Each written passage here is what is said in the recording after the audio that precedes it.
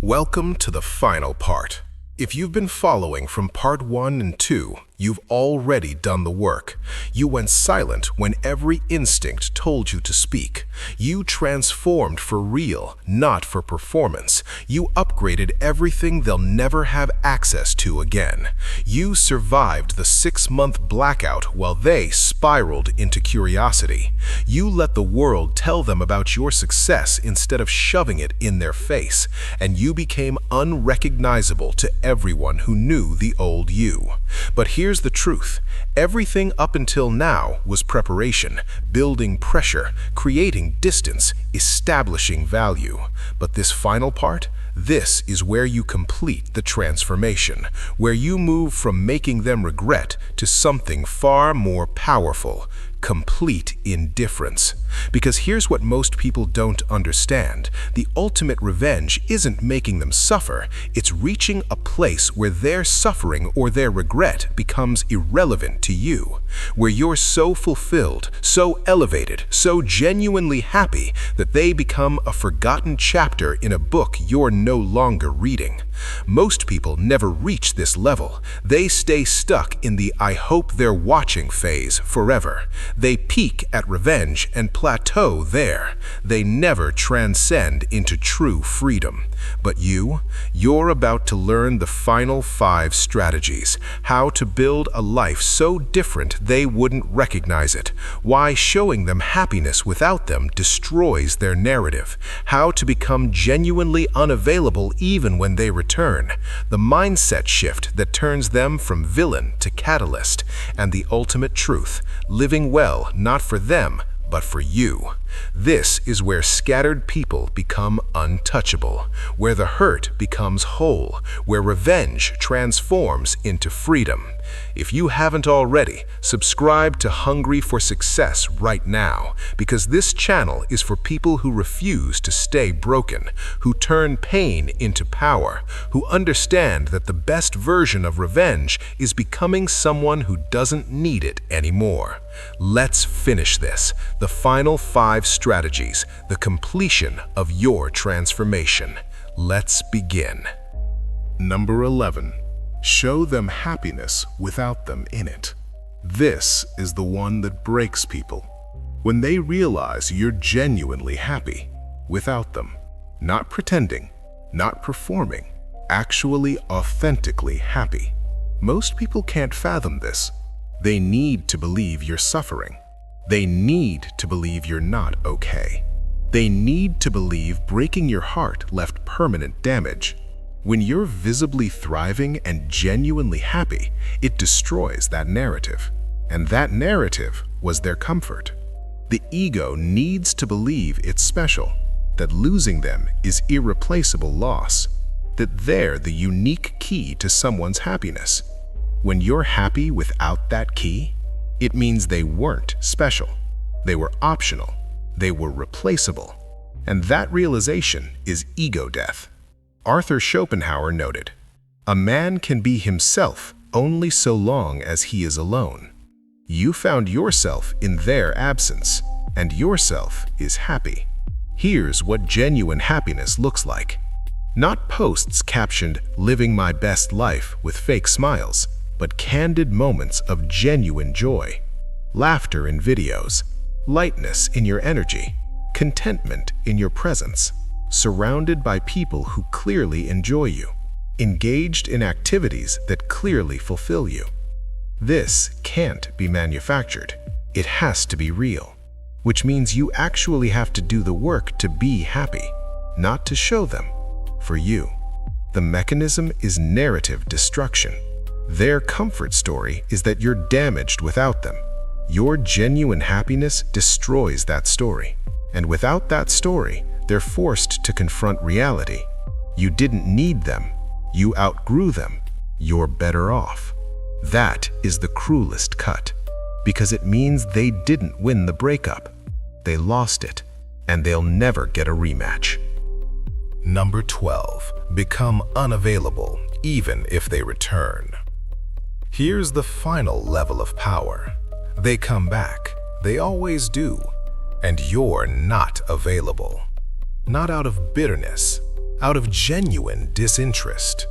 Most people stay available. They pretend they've moved on, but the moment the person returns, they're right back in. All the transformation was just a performance to get them back. That's not revenge, that's a cry for help. Real revenge is becoming someone who genuinely wouldn't take them back. Not because you're hurt, because you've evolved past them. They're no longer compatible with who you've become. They can't afford your new price. They don't meet your new standards. They don't fit your new life. And when they reach out, you're polite, cordial, distant, and completely unmoved. Epictetus taught, "Freedom is the only worthy goal in life. It is won by disregarding things that lie beyond our control." You're free. They're beyond your control and beyond your interest. Here's what this looks like. They text. You respond hours later, friendly but brief. They suggest meeting. You're busy, genuinely busy with a life that's full. They try to reminisce. You're polite but don't engage. They realize you're not playing the game. Because there is no game, you've moved on, actually moved on. Not the kind where you're waiting for them to notice, the kind where you forgot they existed until they reminded you. The psychological mechanism is role reversal. They left you wanting, now they want you. But you're not available. The power has completely shifted. And they feel what you felt, except worse, because they caused this. They created the version of you that doesn't want them. People will call this cold. It's not cold, it's growth. You genuinely don't want what doesn't serve you anymore, and they don't serve you anymore. That's not revenge, that's self-respect. Number 13. Thank them in your mind for the upgrade. Here's the mindset shift that changes everything. You stop seeing them as the villain. You start seeing them as the catalyst. They didn't break you. They broke you open. They didn't ruin you. They revealed what you needed to change. They didn't end your story. They ended a chapter that needed to end. Most people stay in victim mode forever. They blame the person who left for years of pain. They make them responsible for their stagnation. That's giving them power they don't deserve. Real power is reframing the entire experience.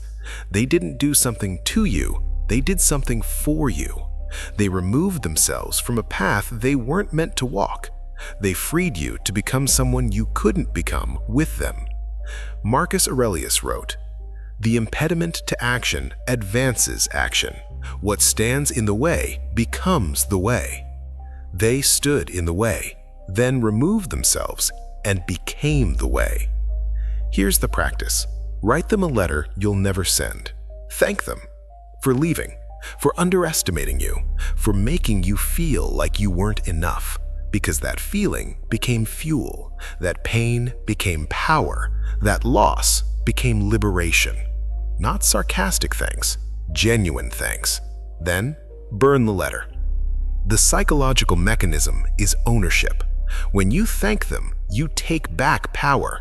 You stop being the victim of their choice. You become the beneficiary of their departure. That shift in perspective is visible. It changes your energy. You're no longer bitter. You're grateful. And grateful people are magnetic. Bitter people repel.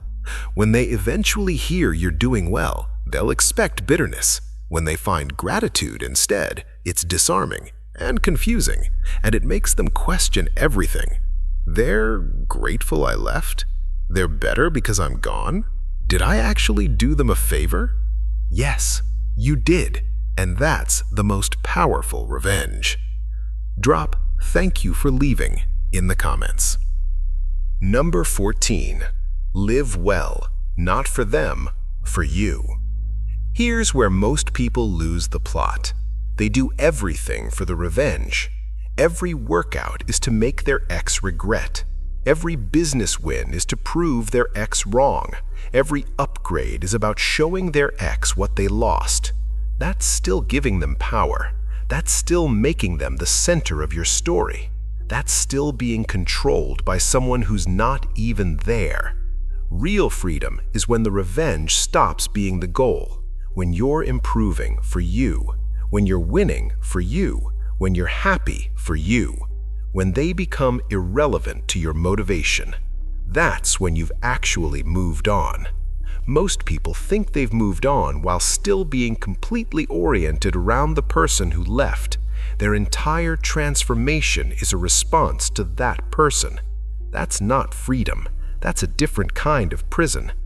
Viktor Frankl survived concentration camps and wrote, "Between stimulus and response, there is a space.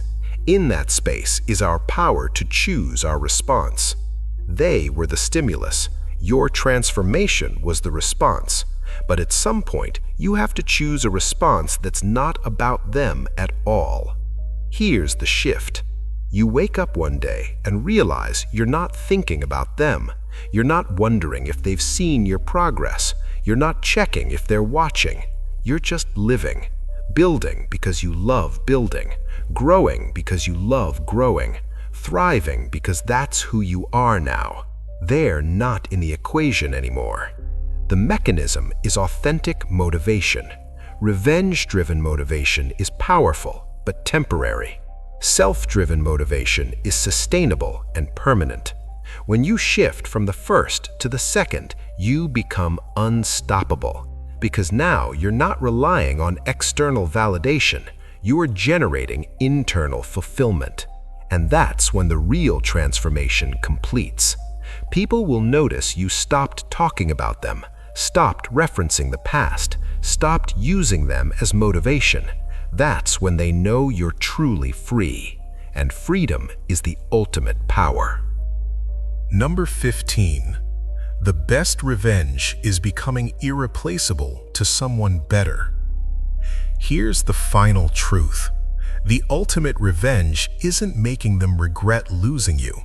It's becoming so valuable to someone better that you forget they existed. Most people chase the regret. They need the person who left to suffer. They need them to realize the mistake. They need them to come crawling back.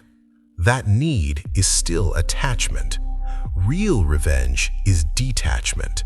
It's building a life so fulfilling that the person who left becomes a forgotten footnote. It's finding someone who values what the last person overlooked. It's becoming irreplaceable to people who actually deserve you. And then, one day, years later, their name comes up, and you feel nothing.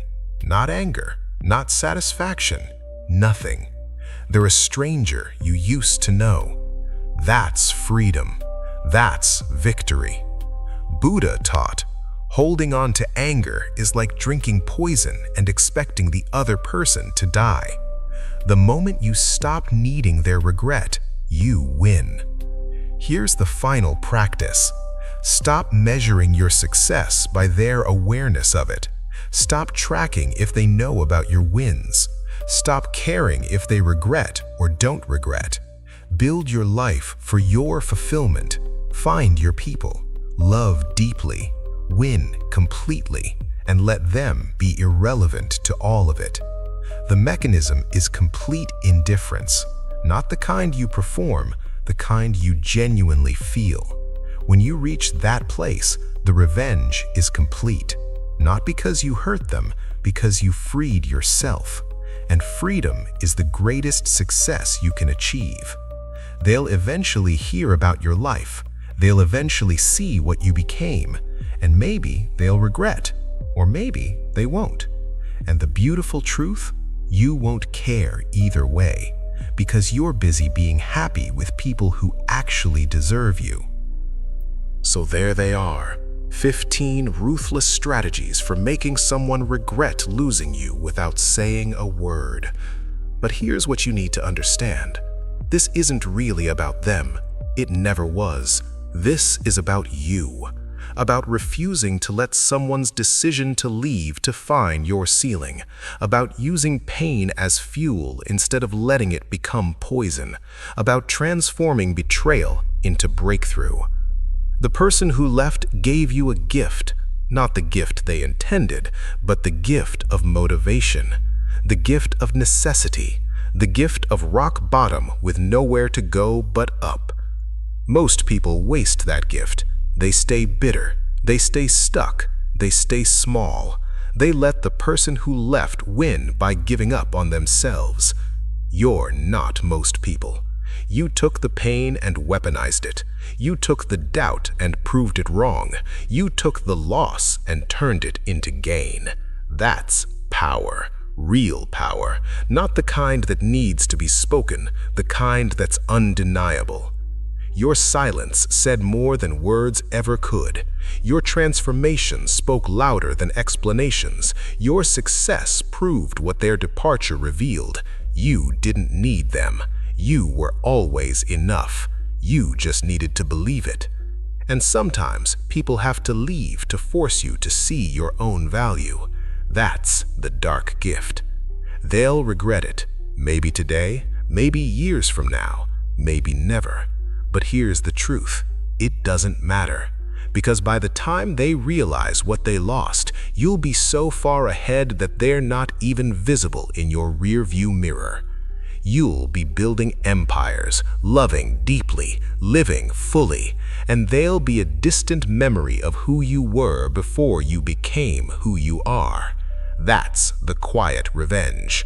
Not making them hurt, making yourself untouchable. If this video gave you the blueprint you needed, hit that like button right now. Share this with someone who needs to hear it, someone who's still hurting, someone who's ready to stop explaining and start evolving. And if you're hungry for more content like this, content that doesn't sugarcoat the truth, content that gives you the ruthless strategies you actually need, content that treats you like someone capable of greatness instead of someone who needs to be coddled, subscribe to Hungry for Success. We're building a community of people who refuse to stay victims, who turn pain into power, who understand that success is the best revenge, but only when you stop doing it for revenge and start doing it for yourself. Drop "I became untouchable" in the comments right now, not to prove it to them, to declare it to yourself. You're no longer the person they left. You're the person they created by leaving. Stronger, wiser, better, unbreakable. Now go. Be silent, transform completely, and let your results do the talking. They'll hear about you. They always do. And when they do, your silence will be the loudest thing they've ever heard. This is Hungry for Success. Stay hungry, stay focused, and never let someone's inability to see your value make you question it. I'll see you in the next one.